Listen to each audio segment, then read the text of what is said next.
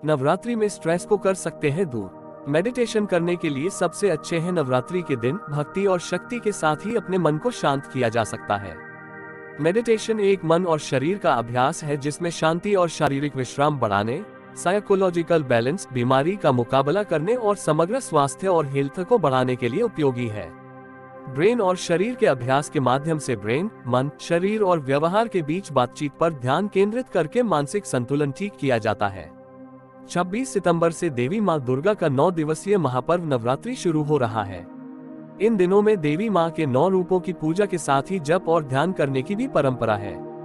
देवी मंत्रों के साथ किए गए ध्यान और भक्ति से हर बुरे विचार खत्म होते हैं और मन को शांति मिलती है।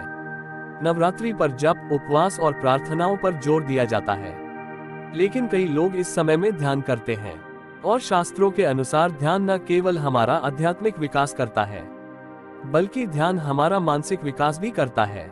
नवरात्रि का त्योहार ध्यान और साधना के लिए अद्भुत माना जाता है, जिससे अत्यंत लाभ प्राप्त किया जा सकता है।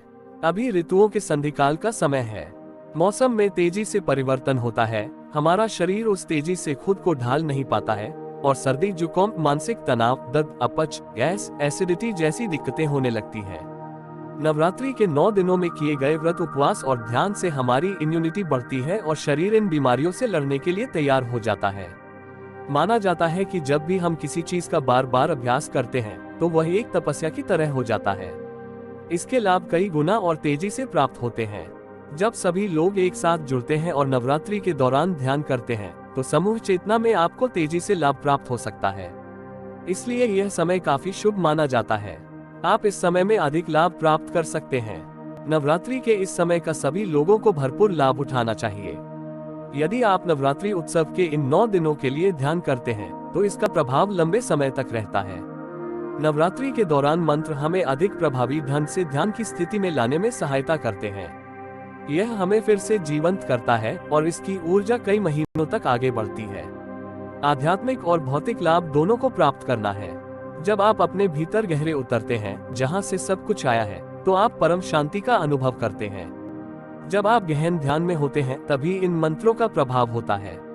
ये बहुत शक्तिशाली और सुंदर हैं और सूक्ष्म रचना को समृद्ध करते हैं। यह कहा जाता है, वैज्ञानिक रूप से ग्रीष्म संक्रांति के दौरान सूरज चरम पर जाता है। नवरात्रि के दौरान सूर्य ठीक बीच में होता है, जो दिन और रात के बीच संतुलन लाता है। इस प्रकार यह ध्यान के लिए सही समय बनाता है।